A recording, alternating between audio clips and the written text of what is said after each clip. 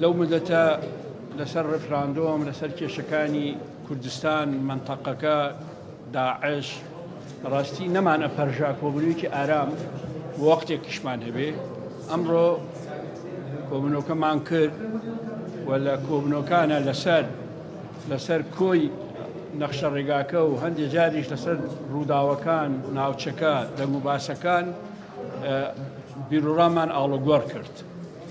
لەسەر هەندێک خاڵی نەخشە ڕێگاکە حکوومەت چۆن بێ و چۆن هاوسەنگ بێ قسەمان کرد و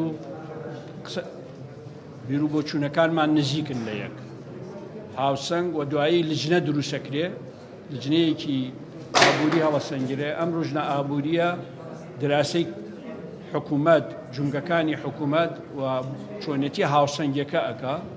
ئەمە خاڵێکە زۆر جۆرگرن. لەسەر بەغا قسەمان کرد، بێگومان ئێمە پشتیوانی چوونی وەفدەکەمانەکەین بۆ بەغدا و هیوادارین هەموو دەوڵەتەکان و نەتەوە یەکگرتوەکان کە قسە لە ڕووداوەکان و لە کێشەکانەکەن هەمویان بێنە سەرخەت و گوێ بگرن ئێمە وەکو کورد چۆن مافی دیموکراسی خۆمانە و چی لە دۆخەکە هاتووە و چەند نیگەرانین لە چارەنووسی خۆمان و چۆن زەمانی نێودەوڵەتیمانەوێ بۆ مافەکانمان ومێدەوارین چوونی وەفدەکانمان و دیدارەکانیان لەگەڵ هەموو لایەنەکان و نەتەوە یەکگرتوەکان و سەفارەتەکان ئەنجامەکەی ئەوە بێ کە بەدڵی چۆنێتی پێشخستنی پرۆسەکە بێ، چۆنێتی تێکشەکانی پاشماوەکانی داعش بێ، نەکە لە ڕووی عەسکەری و لە ڕووی فکری و سیاسیشەوە و ئێمە تایە سەربەرز بینە دەرەوە و جارێکی تر نەتەوەکەمان و ملەتەکەمان نەکەوێتە دڵە ڕاوچێوە. ئەمە خاڵە گرنگەکانی کۆبوونەوەکانمان بوون و خاڵێکی تریش کە لە بینی ئەمە پارتی گرنگە ئەویش ئەوەیە ئایا ئێمە لەسەر ڕێککەوتنی ستراتیژی ڕابردوومان بەردەوامە بین یان تەتەڵەی ئەەکەین ئەو ئامانجانەی لە ڕێککەوتن استراتیژی هاتوونەتە دی کۆتایی هاتووە و ئەو ئامانجانەی نهاتوونەتە دی ئەو ئامانجانەی نهاتوونەتە دی دەبێ بەیەکەوە خەبات بکەین بەدیان بێنین بۆ ئەوەی بتوانین بەیەکەوە بۆ قۆناغێکی باڵاتر لەناو ئەو گۆڕانکاریانەی لە منتەقەکە لەناو کۆمەڵ لە زیهنی خەڵک لە تەنگ و چەڵەمەکانی خەڵکە هەیە لە کێشەی ئابووری خەڵکە هەیە چۆنیتی چارەسەرەکان هەمووی پێویستی بە ڕێککەوتنێکی نوێش ئەکا.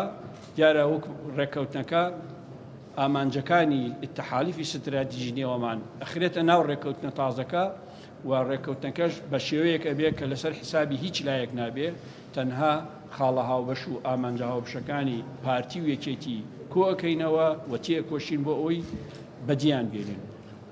ئەمڕۆش و تا پەرلەمان کاراکرێتەوە لەگەڵ برایانی گۆڕان لەگەڵ برایانی کۆمەڵ لەگەڵ هەموو لایەنەکان خەریک ئەبین ئەو پەڕی هەوڵە دەین و بە تایبەتی برایانی پارتی بە مرونەتێکی زیاترەوە ئەچنە پێشەوە بۆ ئەوەی کە بتوانین گیرروگرفتێک مابێ بۆ کارەکردنی پەرلەمان بۆ وردەکاری چۆنێتی کارەکردنی پەرلەمان قسەی لێ بکەین.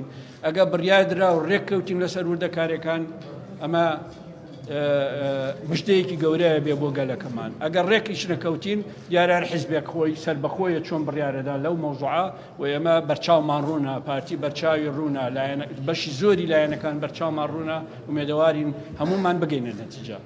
هەر ئەوەندە دەڵێن کوبوونەوەمان کوبوونەوەیەکی پێمان وە لەم قۆناغەدا کوبوونەوەیەکی گرنگ بوو لەسەر ئەو نەخشە ڕێگایی کە پێشتر یەکێتی نیشتیمانی نووسی بووی تەقدیمی لایەنەکانی کرد و ئێمەش بە ڕەسمی وەڵاممان پێشتر وەڵاممان دابوونەوە. ئەمڕۆ بە عەمەلی کۆبوونەوەمان کرد بۆ ئەوەی چۆنیەتی جێبەجێکردنی ئەو نەخشە ڕێگا لەو تەوەرانەی کە کۆکمەلە بەختیار باسی کرد. ئێمە ڕێککەوتوین لەسەر ئەوەی کە فعلان پێویست ئەم قۆناغە قۆناغێکی نوێیە لە کوردستان و پێویستی بە خوێندنەوەیەکی نوێ هەیە.